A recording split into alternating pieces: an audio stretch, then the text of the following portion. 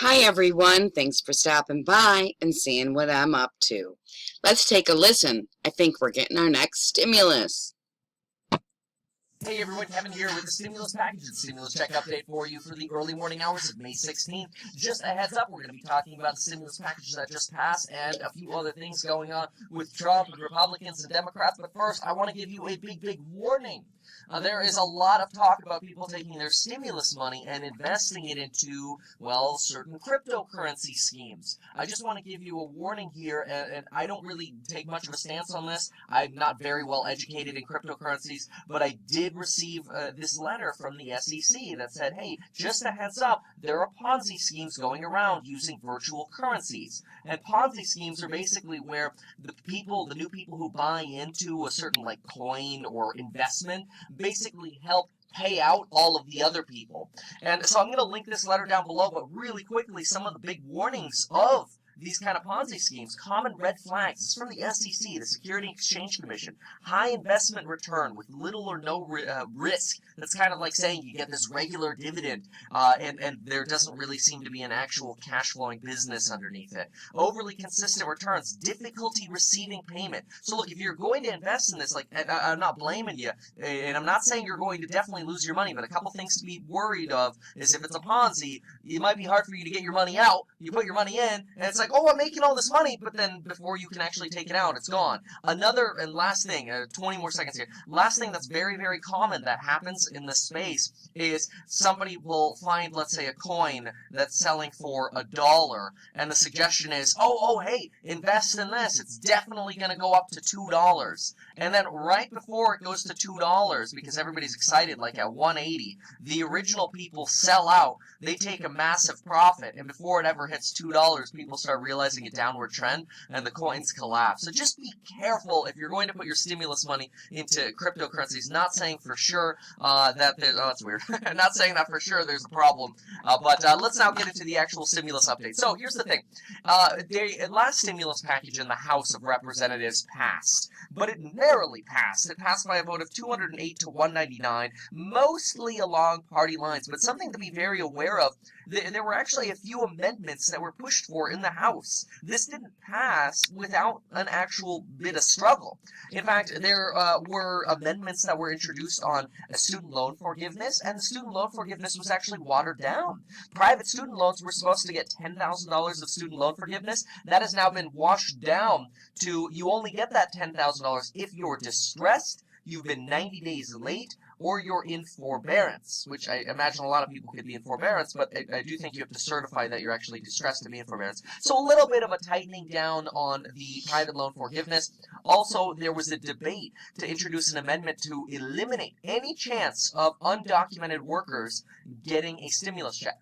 Remember, in order for them to qualify for a stimulus check, they actually have to have an ITIN number, and they have to pass the IRS presence test that they've been here for a certain amount of days over the last 3 years. There was an amendment to try to remove that, but a lot of, and I'm quoting this, I'm not calling people anything, but a lot of the Hispanic delegation in Congress said, Put something we're somewhere. not I'm looking voting for it. this bill Sorry. if basically these stimulus checks get removed for undocumented workers. And so that was in the Hill. I'm taking that straight from there. I'm not taking sides or anything. Anyway, moving on. Now, this is interesting here, and this is from a totally different source. So we're moving on now. Okay, 20 states have pension plans that are less than 67% funded, and 5 states have pension plans that are less than 50% funded, which means over half of our country has big problems with their state pension funds. Expect this to be a massive issue with Republicans in passing this bill, because remember, this bill passed the House, now it goes over to the Senate, and then the president has to sign it. And we know that Republicans control the Senate and the presidency, and they're going to be really anti-funding states that have issues with their pension plans, especially, and again, not taking sides on this. I don't care if you're left, right, or center, but a big rallying cry is right now circling around the state of California, which is the state that I live in, because California is like, hey, we went into the year with a budget surplus. Now we are in a deficit. That is, our budget, like, we overspent.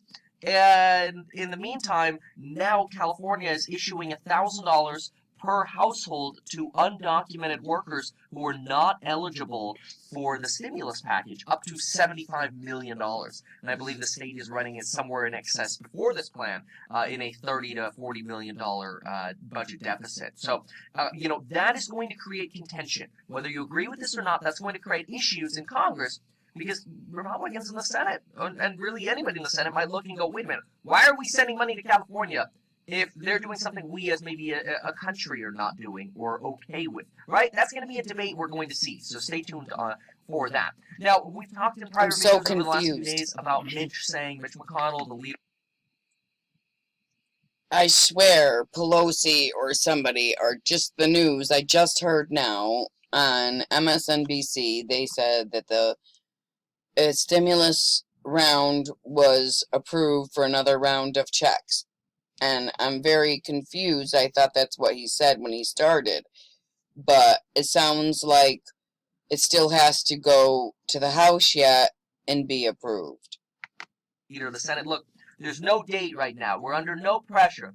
Remember, this isn't to say that it's not a priority for us to get checks. That's to say that he's holding his cards close, because they're all going to be negotiating really hard. And the Democrats are going to go hardcore against the Republicans now that this is passed. You expect a barrage on the media, press conferences, tweets, everything anti-Republican, while the Republicans sort of mull over this bill and begin to negotiate with Democrats. Really, this was an interesting move by Democrats to just quickly plow something through and throw it in the other side's face. Even though I think certain parts were pre-negotiated, I think there are definitely a lot of things now that's going to create a lot of political bickering. Now, a couple of other updates regarding the EIDL. We still don't know when that portal is going to get reopened, but remember that the new stimulus bill that was just passed in the House, that also issues that second round of stimulus checks, if that passes the Senate and gets signed by the president, that does issue another $10 billion worth of grants for the SBA program. So there's a chance that maybe when that bill passes, we'll actually see that portal open up again.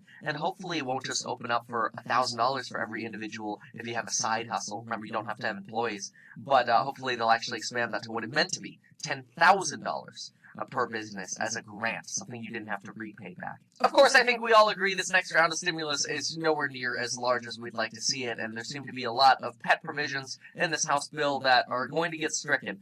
A lot of you, by the way, have also been wondering, hey, doesn't the president have the power to line item veto? He used to, but that doesn't exist anymore. The Supreme Court ruled against that, so the president can no longer kind of go through a bill and go, $1 million for prisons or $100 million for prisons? Cutting that out. And then still pass it. That went away. That was deemed unconstitutional. So it has to be duped out in the House and the Senate and then delivered as one package to the president. And then he can either decide to sign it or send it back.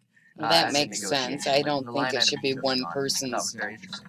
Anyway, so there you have your update for today, and I am glad you guys have stopped by to see what I'm up to, and I'm still lost. I hope that we're just getting another check. I don't really care what amount right now. Money's money, and without a business to continue, it's money I need. Thank you guys. Like, subscribe, and share. This is Silky, signing off.